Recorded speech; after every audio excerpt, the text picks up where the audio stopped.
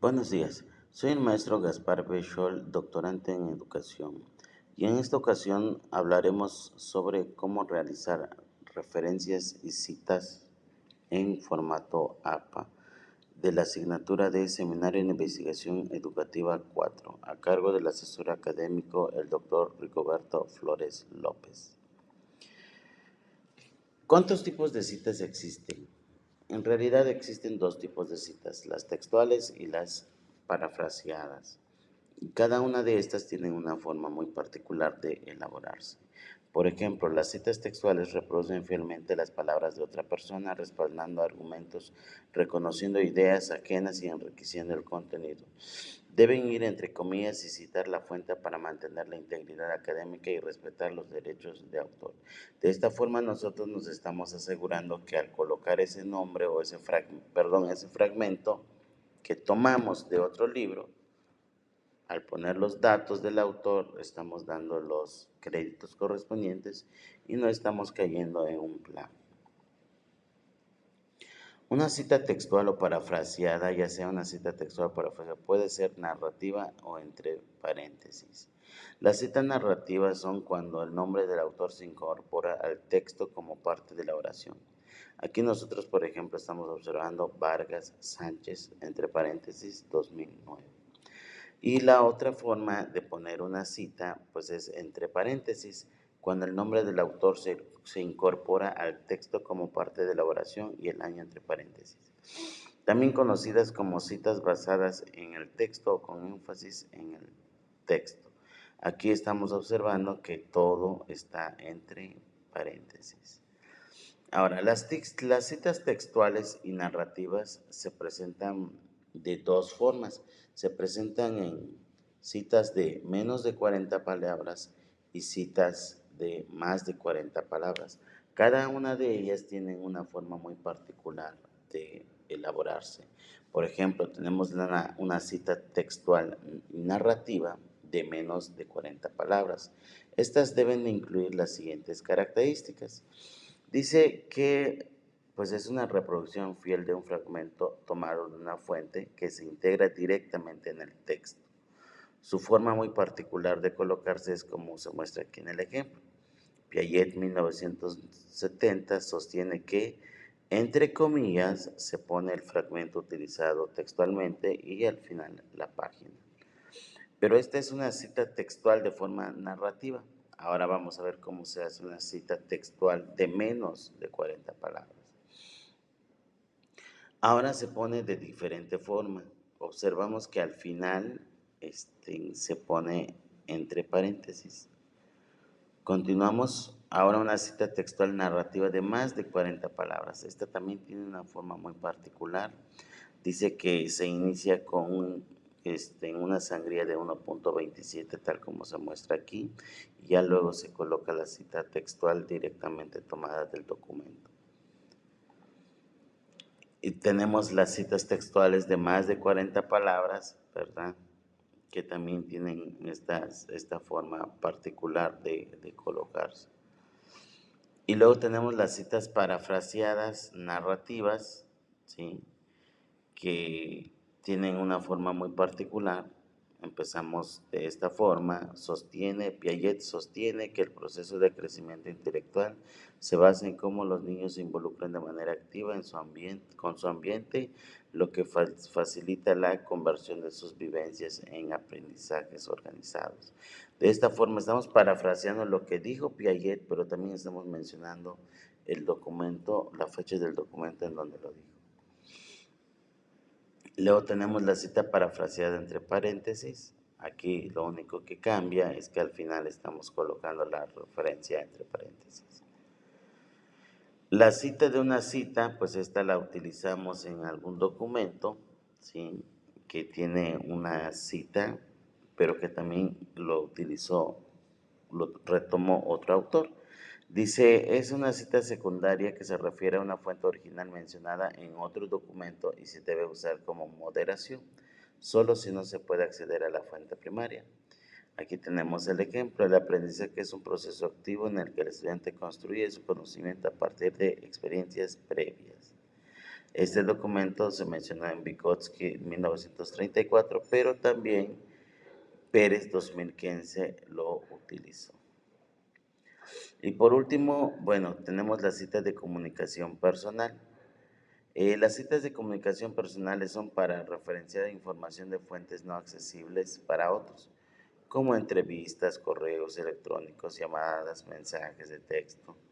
Aquí estamos colocando un ejemplo. Según López, comunicación personal al 10 de enero del 2025, los estudiantes muestran un mayor interés por las matemáticas cuando se utilizan estrategias dinámicas de enseñanza. Ahora, ¿cómo se colocan los títulos? Existen al menos 5 niveles de los títulos para colocar títulos en las que se pueden utilizar los siguientes. El primero es en negrita, en negrita, con mayúscula inicial en cada palabra importante. Aquí tenemos un ejemplo. Y en el nivel 2, alineado a la izquierda, lo mismo, pero alineado a la izquierda. En el nivel 3 ya lo ponemos en negritas y cursivas y también alineado. En el 4, la sangría de 1.27 en negritas con mayúsculas solo en la primera parte. Aquí ponemos, por ejemplo, en negrita el interlineado 1.27 y en el nivel 5 lo mismo, pero agregamos un punto. Bueno, aquí está la información. El título se incluye dentro de la misma línea. Al igual que en el nivel 5, nada más se coloca en cursivas. Ahora, ¿cómo organizamos las tablas? Las tablas tienen una forma muy particular de organizarse. Empezamos con el título, que se debe de poner el número de la tabla en negrita, que vamos a llamarle título. Tabla 1, tabla 2, tabla 3, pero en negrita. Seguidamente tenemos el título de iniciamos con el número de la tabla, que es en negrita, y ya después vamos con el título de la tabla, pero en cursiva. Después tenemos el contenido y por último se acostumbra a poner una referencia, una nota que nos describa de qué tipo de tabla es. Aquí, por ejemplo, estamos observando dos ejemplos, tabla 1, tabla 2, y así se van incluyendo todas las tablas correspondientes. Después, ¿cómo organizamos las figuras? Las figuras de igual forma tienen una forma muy particular de colocarse, empezando con el número de la figura en negrita, figura 1, figura 2, el título de la figura en cursiva, la figura como tal y una pequeña nota al final. Aquí estamos observando dos ejemplos de cómo se ponen las figuras en formato APA.